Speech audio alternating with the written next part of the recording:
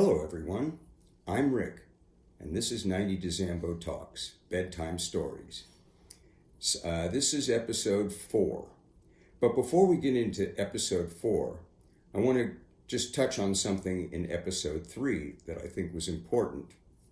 If you recall, in episode 3, I borrowed my dad's brand new Thunderbird and with maybe 200 miles on the odometer and drove it down to Arizona to do our next load and back, adding about 3,000 more miles onto his car.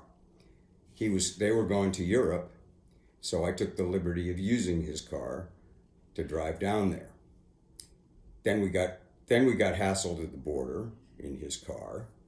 Then we got ripped off by George.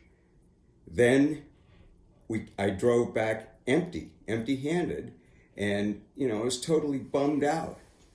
But what I forgot to tell you in the last episode was that on the way home, I got a flat tire. And I changed the tire. I changed it with a spare, throwing the flat tire in the trunk. And for some reason, I don't even know why, I forgot it in the trunk and forgot to tell my dad about it. I forgot to get it fixed. So I left the evidence in the trunk, and when my dad got home, he discovered that the flat tire was in the trunk, and he questioned me about it, and I had to lie to him. I said that, I borrowed his car because mine was in the shop, and I had to use it to go back and forth to school to my classes in Stockton. Well, he didn't buy into that at all.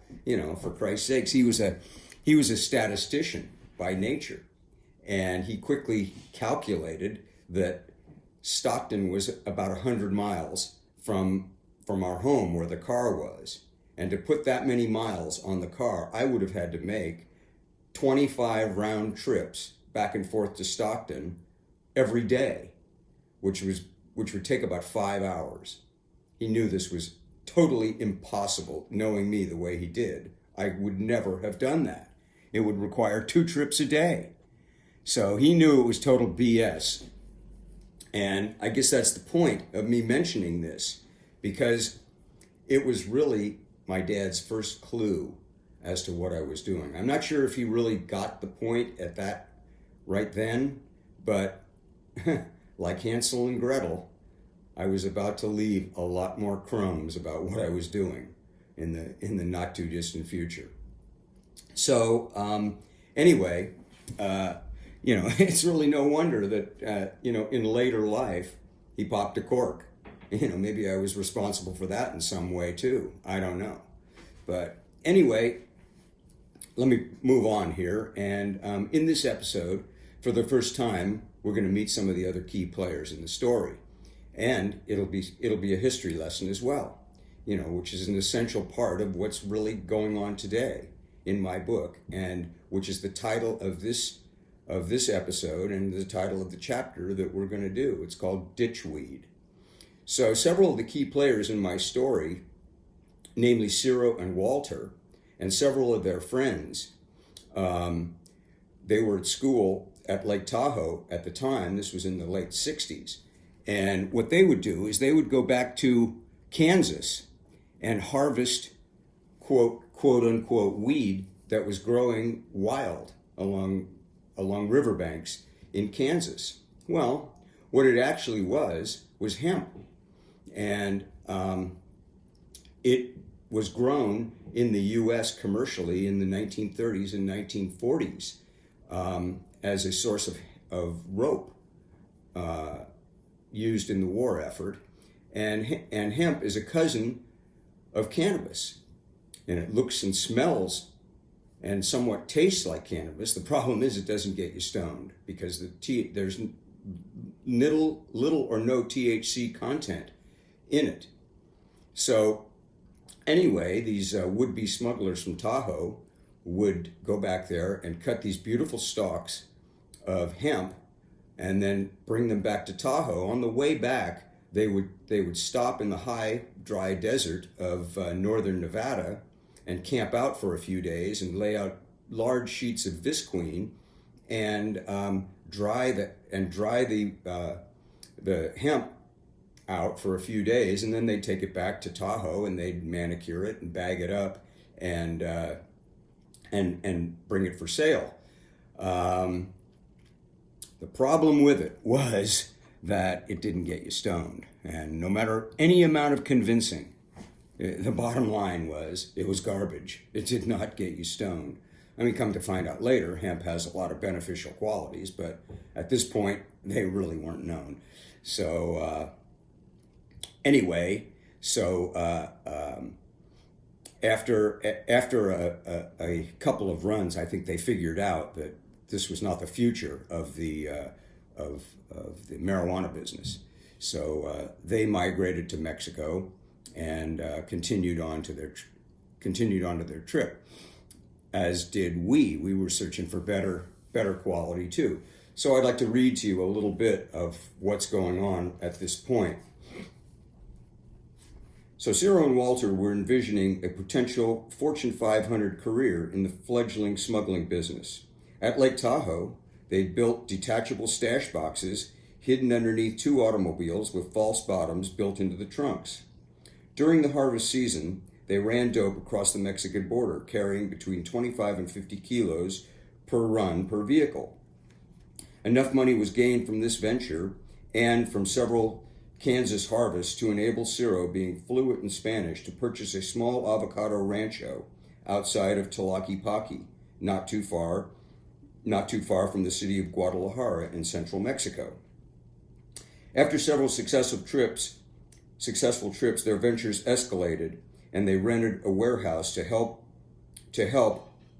a foreign exchange student from Thailand named Pasikorn Pat Surgumkal, an excellent woodworker and craftsman.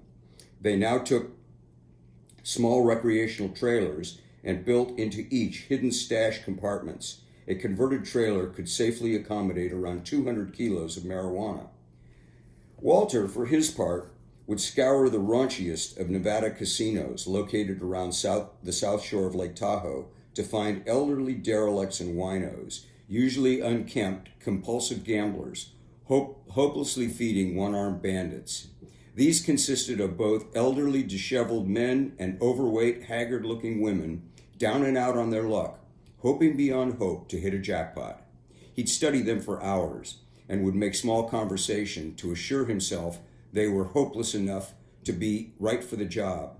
He'd then entice and recruit them to take a camping vacation to Mexico, all expenses paid. Intrigued by such an offer, they'd usually accept on the spot. First, he'd get them all spiffied up, sending the men for haircuts and shaves to barber shops, and women coiffed and prettied in beauty shops in the South Lake Tahoe area. Then, to complete the ensemble and transform them to respectability, he would send them to Parker's Western Store in Reno, outfitting these folks in fashionable Western attire, making them appear as upstanding retired couples, cruising America and Mexico in their pickup truck, towing their trailer, and enjoying the rest of their waning years. In a matter of a couple of weeks, Walter had counseled and transformed these down-and-outers into respectable-looking mules to smuggle loads of marijuana across the border. Compared to their present, mostly broke and otherwise hopeless situation, it was an offer hard to turn down. Each member of the team of couples would be paid $1,500 plus expenses per trip. Once the trailer remodel was completed, Pat would fly down to Guadalajara and stay at Ciro's rancho. The respectable retired couple would then drive the trailer down to Mexico, vacation for a few days at a nearby resort while Pat dismantled the trailer, loaded it with marijuana, and put it back together. The couple would then drive the trailer back, crossing the border, usually at Tijuana or Nogales, along with thousands of other tourists and people commuting to and from Mexico completely unnoticed and usually waved through without even a cursory look from customs. They would then proceed to a designated spot near the rented warehouse. Walter would meet them and drive the load to its warehouse destination, where Pat, having flown back to the Bay Area, would unload it, then reassemble it for the next round trip, which would usually commence immediately. 2 such trailers with 2 sets of respectable-looking drivers and passengers were in constant motion back and forth, to and from the Bay Area to Guadalajara. Cyril and Walter were starting to make serious money. Walter brokered most of the loads, which were now up to between 250 and 500 pounds per week. In the beginning, it was beginning to almost resemble a production line at an assembly plant. Pat was in constant motion, assembling and disassembling and reassembling the trailers and flying back and forth to and from Mexico. Both Cyril and Walter bought extravagant homes around Lake Tahoe with spectacular views and moved out of the dormitory, a converted motel where they had previously been living. Cyril got his pilot's license and purchased a small airplane. He would sometimes make weekend trips to the rancho from Lake Tahoe to inspect his operation while still a senior in college. Following the near bust and money ripoff in Nogales, I was thinking about a new route, using more people so Willie and I wouldn't have to make so many trips to accommodate our rapidly growing market. Phil seemed to fit perfectly, I thought, and he was willing to run the border wearing a weed-filled backpack. So, in conclusion, these two episodes are getting ripped off by George, and Cyril and Walter's realization that ditchweed was not the future of the marijuana business.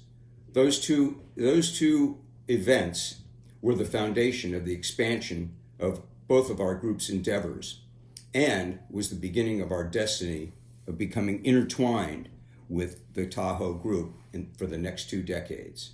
So from this point onwards, the story gets much more involved. So stay tuned.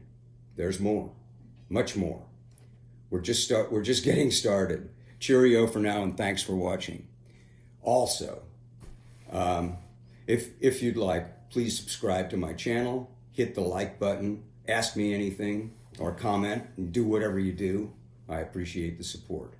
I'm Rick, and I'm your host. This is 90 DeZambo Talks, Bedtime Stories. This is the book, 90 Degrees to Zamboanga, Memoirs of a 20-Year Marijuana Smuggling Adventure. It's available on both Amazon. It's available on Amazon in both Kindle and paperback. And it details what it really took to make happen the clandestine importation of nearly 30 tons of marijuana into the U.S. from Mexico and Thailand when it was totally illegal between 1969 and 1981. Thanks for watching, and I'll be back.